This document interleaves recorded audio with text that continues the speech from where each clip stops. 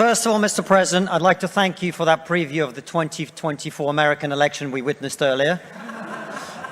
And if you're not persuaded to vote for the proposition tonight by that speech by James, I don't know what will persuade you.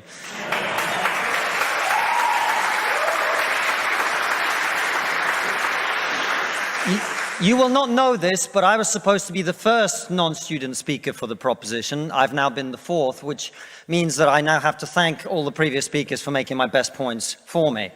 And I find that the main reason now that I have left to be in support of the motion is that I am so tired of talking about woke culture.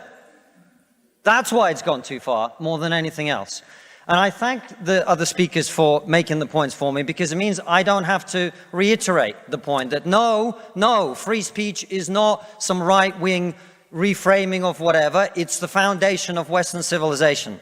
Upon this civilization is built, and the Enlightenment values that led to it. I don't have to make the point that has been made by far better people in the past, that the only way to deal with the problem of racism is to treat people on the content of their character and nothing else. And the fact that woke culture seeks to overturn that is a new form of racism that we must all oppose. It means also I will not use this opportunity to say I told you so, as someone who spent the last 5 years warning people in the West that if we continue to erode our culture, if we continue to undermine our confidence in Western values, that our enemies like Vladimir Putin will seek to capitalize on it. I will not make any of those points tonight, at all. Instead, I am not going to talk to those of you who already agree with me, which I imagine is most of you. I'm not going to talk to you because I imagine after everything you've heard tonight, you're going to vote for the proposition. I'm going to confess I will take your vote for granted. Tonight, I am the Labour Party and you are the Red Wall. Now, I want to talk to those of you who are woke and who are open to rational argument. A small minority, I accept. Because one of the tenets of wokeness is, of course, that your feelings matter more than the truth. But I believe in you. I believe there are those of you here who are woke, who are open to rational argument, so let me make one. We are told that your generation cares more than any other about one issue in particular, and that issue is climate change. We're told that many of you suffer from climate anxiety. You wish to save the planet. And for tonight, and tonight only, I will join you. I will join you in worshipping at the feet of Saint Greta of climate change. Let us all accept right here, right now, that we are living through a climate emergency and our stocks of polar bears are running extremely low. I join you in this view. I truly do. Now, what are we to do about this huge problem facing humanity? What can we in Britain do? We can only do one thing. You know why? This country is responsible for 2% of global carbon emissions, which means that if Britain was to sink into the sea right now, it would make absolutely no difference to the issue of climate change. You know why? Because the future of the climate is going to be decided in Asia and in Latin America by poor people who couldn't give a shit about saving the planet. No, thank you. No, thank you. It's going to be decided by poor people in Asia and Latin America who don't care about saving the planet. You know why? Because they're poor. Because they're poor. I come from Russia, which is not a poor country, it's a middle-income country. 20% of households in Russia do not have an indoor toilet. What they have is an outdoor toilet. And I don't mean one of those nice portaloos that we get here. I don't even mean a Glastonbury portaloo.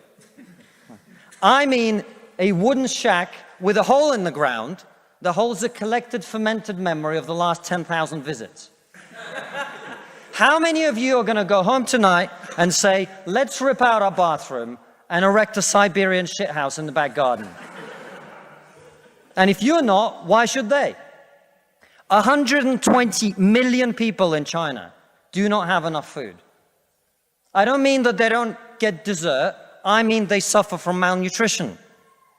That means that their immune system is breaking down because they don't have enough food. You're not going to get them to stay poor. Imagine you're Xi Jinping, the leader of China. When you were 10 years old, there was a revolution, a cultural revolution in your country, and people came and they put your father in prison. Your mother had to denounce him. Your sister killed herself. And you, no longer enjoying the protection of your formerly powerful father, were sent to a village where you lived in a cave house. And here you are, decades later.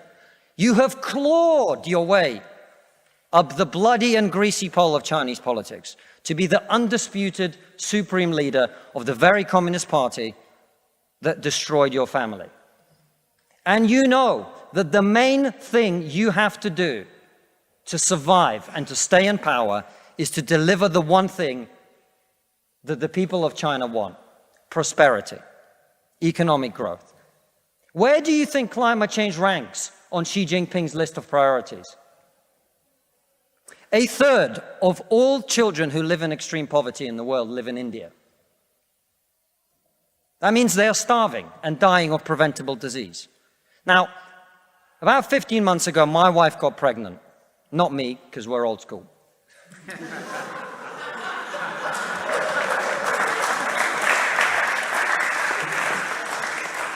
And for 9 months, we talked about what our boy would look like, what he might do when he grows up. We looked at baby scans and videos on YouTube about what the fetus looks like at 9 months and 12 months and 20 months. And eventually he was born. And he is this cute little bundle of joy. He's cuter than about 80% of puppies, right?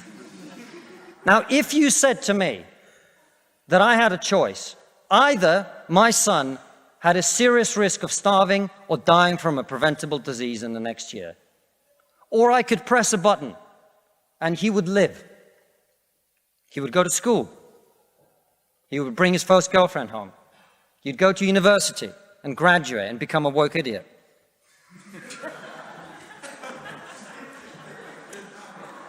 And then he'd get a job and get married and have children and become a man. But all I have to do is press this button. And for every day of my son's life, a giant plume of CO2 is going to get released into the atmosphere.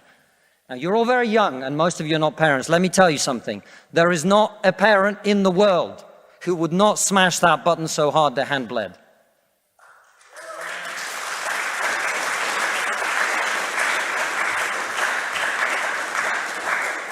You are not going to get these people to stay poor.